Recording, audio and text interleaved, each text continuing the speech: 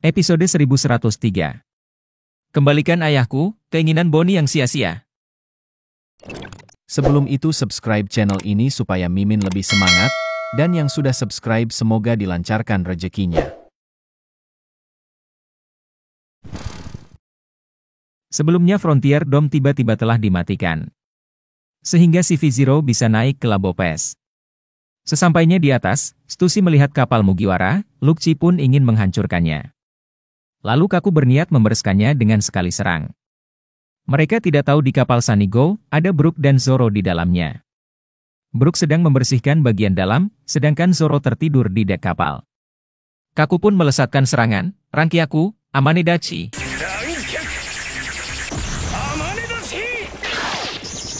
Zoro yang tertidur merasakan bahaya dengan instingnya, ia langsung terbangun dan menangkis serangan Kaku. Semuanya terkejut ternyata ada yang menjaga kapal Sunny Go.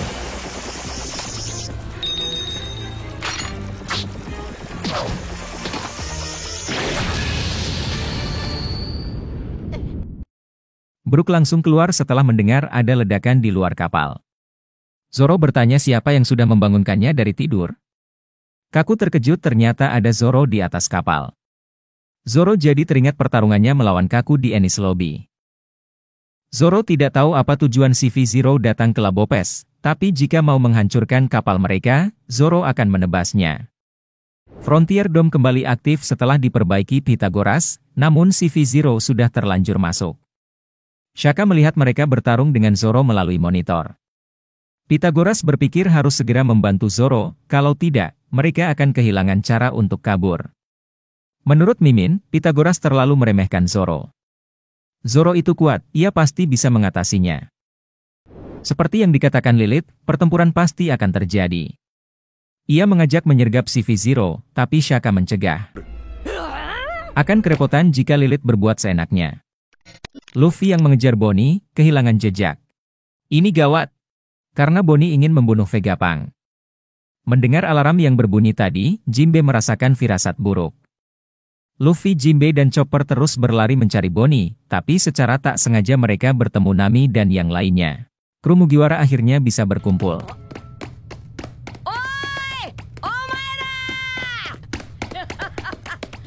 Luffy sangat senang, di Egghead banyak benda yang hebat dan ada robot juga. Teman-temannya sudah tahu, mereka melihat semuanya melalui monitor. Saat Luffy melawan Cyberpol juga mereka mengetahuinya. Sanji sudah mendengar Vegapunk diizinkan ikut ke kapal dan semuanya sudah tahu situasinya.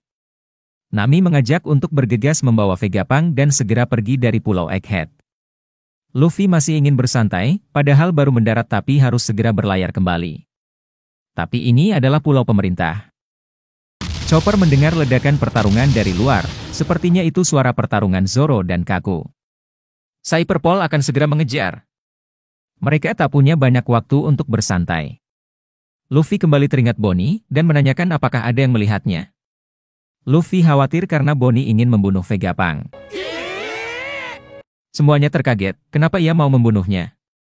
Di saat yang bersamaan mereka baru menyadari, Vegapunk sudah tidak ada dari tadi. Kenapa dia tidak memberitahu ketika pergi? Robin berharap Vegapunk tidak terbunuh oleh Bonnie. Apakah Vegapunk baik-baik saja? Vegapunk ternyata sedang dikejar Bonnie. Vegapunk ingin berbicara dengannya, tapi Bonnie hanya ingin mendengar jawaban dari Vegapunk, yang bisa mengembalikan ayahnya seperti semula. Ia tak ingin mendengar jawaban lain. Vegapunk tak bisa melakukan hal itu. Ia dikejar sembari diserang Bonnie hingga terpojok dan hampir terkena hantamannya.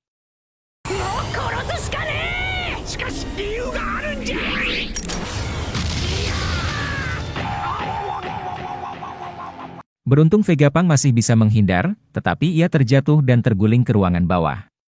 Bonnie terlihat diselimuti amarah yang sangat besar. Scene beralih ke masa lalu. Vegapunk saat itu berhasil menyembuhkan seorang gadis. Meskipun dunia tak menerimanya, tapi gadis itu sudah ditakdirkan hidup dan lahir ke dunia. Vegapunk yakin, ini merupakan langkah besar dari perdamaian dunia. Vegapunk saat itu seorang direktur laboratorium kedamaian Mars. Kembali ke masa kini, Bonnie merubah dirinya menjadi anak kecil dan berpura-pura mengalami patah kaki. Melihat itu, Vegapunk mendekat dan panik, ia akan segera menghubungi tim medis. Vegapunk tertipu dengan trik jebakan Bonnie. Ketika sudah dekat, Bonnie langsung berubah menjadi besar dan menghajar Vegapunk. Vegapunk kembali bisa menghindarinya. Tapi di serangan selanjutnya, Bonnie mengenai Vegapunk dan mengubahnya menjadi anak kecil. Dari perutnya keluar batu yang berkilauan.